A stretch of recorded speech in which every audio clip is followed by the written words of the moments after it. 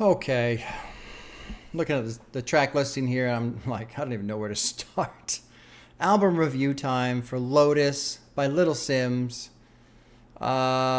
This album to me is phenomenal, absolutely phenomenal. Now, I'm gonna get into why I feel it's phenomenal, but before I do, I want to preface with something that I think is important. Very much aware of the scale between entertainment and art when it comes to music. And a lot of why I love this album is because of the art, the expression, what's actually being said, how it's being said, what Little Simz is going through, how she's detailing it to us. I think it's incredibly powerful. But that doesn't necessarily mean it's the most entertaining thing. So I'll revisit that at the end, but I wanted to throw that out at the beginning so people, or at least have the idea that I'm not just like 100% glazing, fanning, standing, fanboying over Little Simz, right? Like, I love Little Simz. I think she's a fantastic artist. She's one of my top 5. Obviously, I have a bias towards her and the music that she makes. I have not heard all of her music. I haven't heard her earlier stuff. To me, this is her best album, like without question. This, to me, is a masterclass in how you take what is happening in your life, take what you're feeling about all these things that are happening, and you put it together in this ensemble of expression that is it's just phenomenal. And like, one of the reasons why I feel like this album is so good is because there is not a minute of filler on this album. Every single song is filled to the brim with purpose and with reason. So we're just gonna go down the tracks here a bit. I got a couple notes over here. Thief speaks for itself. Now, if you're not entirely aware of why she's going through a lawsuit with her former producer Inflow about money being loaned out and not returned, up to $2 million, I think over $2 million. This money caused her to be late on paying her taxes, and now she's had to pay extra fees, like money issues. And I think the album starting with Thief and setting the stage, because really when you think of this structure of this album and everything that blooms from that seed, it's important to understand the seed that spawns the rest of this. Because she's got some lyrics in this album, and my thoughts going to be all over the place. I'm trying to focus, but there's so much I want to say that I'm everywhere. On Free, it's really important to take in some of the stuff that she said on Free. So on the outro portion, every time I bust a lyric, I'll be feeling so free. Every time I'm on the stage, I'll be feeling so free. Earlier in the song, love is every time I put pen to the page. If I don't love what I'm doing, then I'm hardly engaged. Those are very key lyrics as well. The whole album is covered with very important lyrics. But Thief is the core. Thief is this artist who is going through a very, I don't know if it's nasty, but a legal fight with someone who she used to trust. And understanding that Little Simz is someone who has worked hard, as far as I can tell. I don't know everything about her. This is just all from her music, so I should be careful in how I phrase these things. But she has presented herself as someone who's worked very hard at avoiding the traps of the industry, avoiding the liars, avoiding the empty promises and the clout chasing, and focusing on making music. That's what she cares about. That's what she loves. That's what a lot of her world revolves around. And so this idea of someone you trust, someone who's in your inner circle, someone who is working with you as you do all these things to navigate around all the traps, that person becoming one of them is devastating. It's devastating. And she explains that so well. Lonely really covers that. The track Lonely. Hollow really covers that. But let's keep going. Track 2 of Flood. Probably my favorite off the album. I love the production on that. I love how it's just gritty, grimy, almost metal. You know, between Flood and Enough and Lion, I'm ready for Little Simz to make a rock album. Like, if you take those 3 tracks and mash them together, we're almost there. So let's have a rock album. That'd be great. I think that'd be great. Flood has this structure too, these rules to live by. And I love that it's right after Thief, because here's this person who I trusted and now betrayed me. Here's me just calling this person out completely. And now I, as a person who got tricked, I need to reset, get back to my basics, get back to my rules of how to live my life and how to navigate all this bullshit. Then you get to track 3, Young, which is this curveball out of left field. What the fuck is this? It's like this punk UK rock track. It was pointed out to me that apparently it's an homage to a song that's from a group called The Streets. If you go on Spotify, you put in The Streets, listen to the first track that comes up, like the most popular one, and you'll go, oh, okay. A lot of people don't like this track. I can understand why. It threw me for a loop first time hearing it. I'm fine with it overall. I don't skip it. I don't love it. I don't hate it. It's cool. But I think it's a very important song because it is Little Simz having fun. If you haven't watched the music video for it, you need to watch the music video because it really amplifies the idea that she's having fun. And for someone who is spending time to tell us how important music is, how much she loves making music, how freeing it is for her, whether you like the track or not, that kind of song is very important in this situation because it's her having fun. And I got to tell you, if you're pursuing something that you love and you're not having fun, the question will eventually come up, what the fuck am I doing? Why am I doing this? So to me, it's nice. I'm happy that song exists. Even if it's not my favorite, it's fine. I'm happy that the artist I love, who makes music that I think is incredible, is continuing to do something that she's interested strictly because she's interested in it. And that's it. I think that's crucial. So important. Track 4, Only. It's her essentially focusing on her relationship with her significant other. Again, I don't know all the details about her personal life, so I'm not going to bother with that in terms of like getting into the rabbit hole. But it's her explaining how important that relationship is. And then Free is great right off of that because it's her talking about love in general and the idea of love.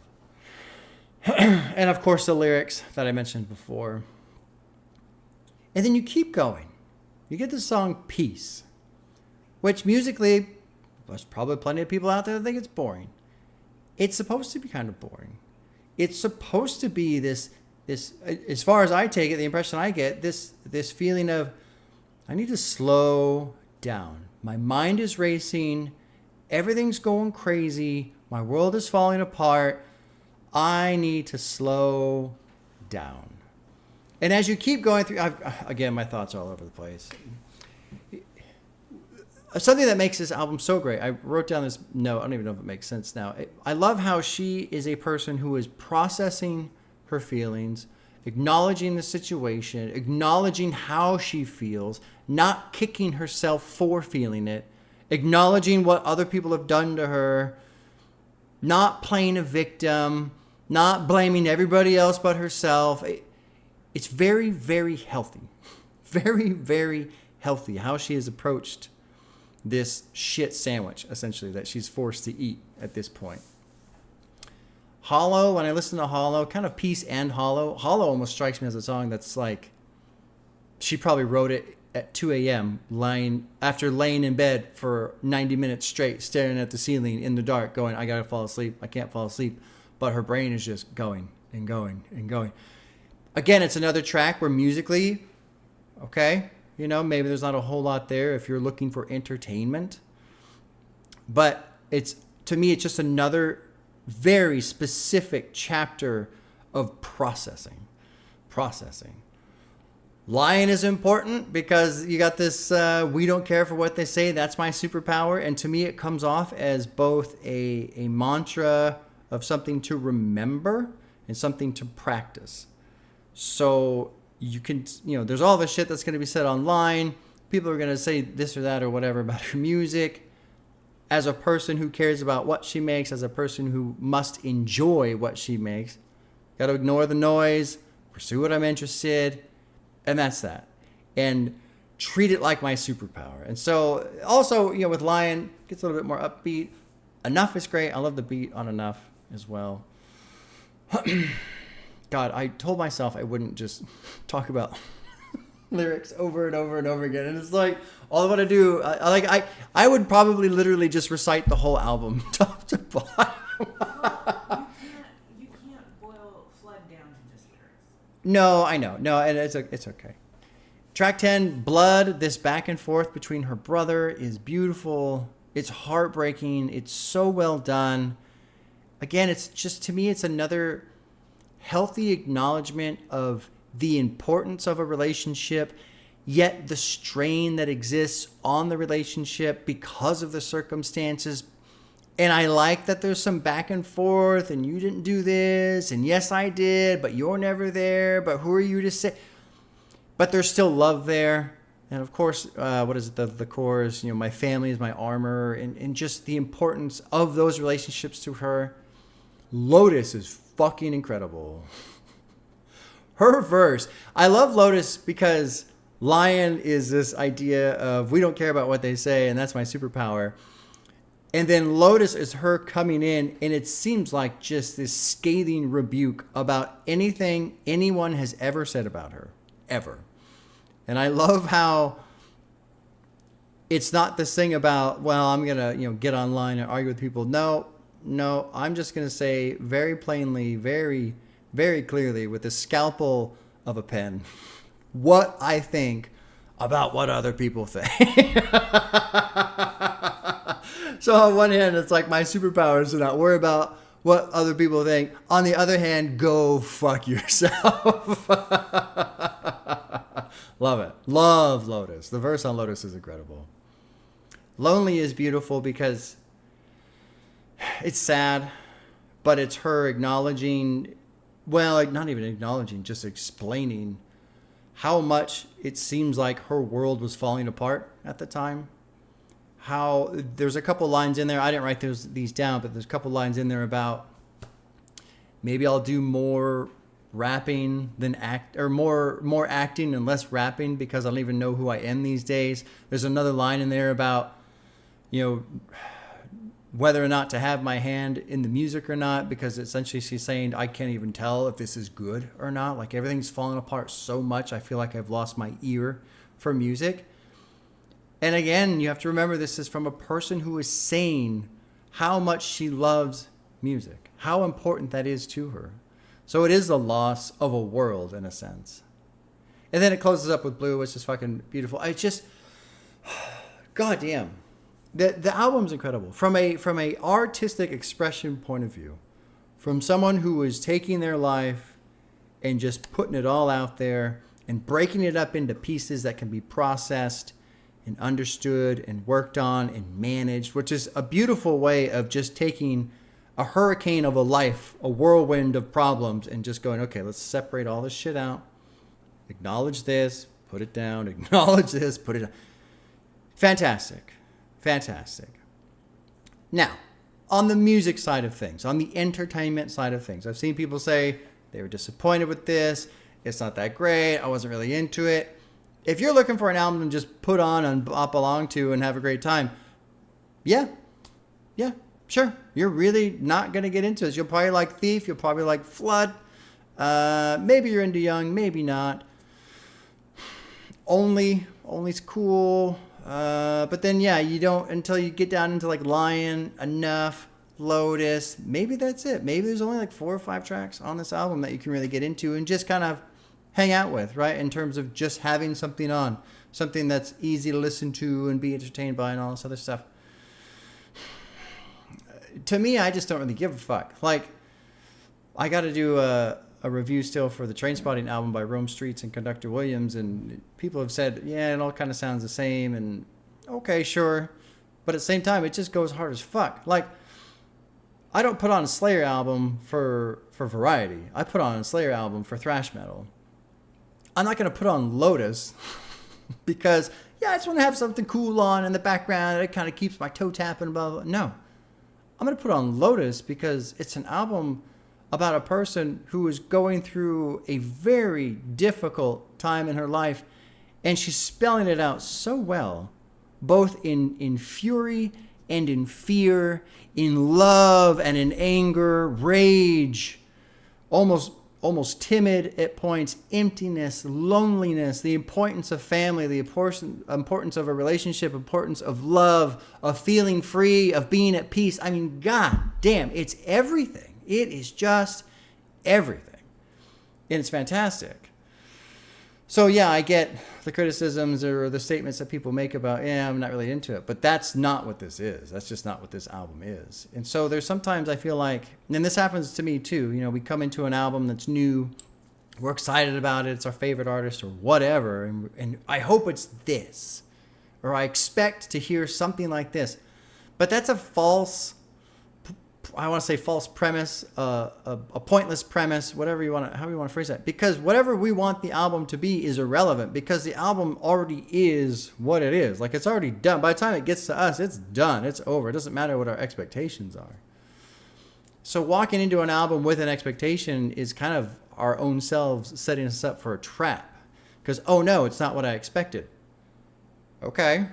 It is what it is. Can you listen to it for what it is and appreciate it for what it is? And this, man, God damn. I really don't want people to miss something this great because they were hoping for something else. Like, take those expectations and just shove them to the side, listen to what she's saying, and just be blown away. I'm fucking blown away, honestly.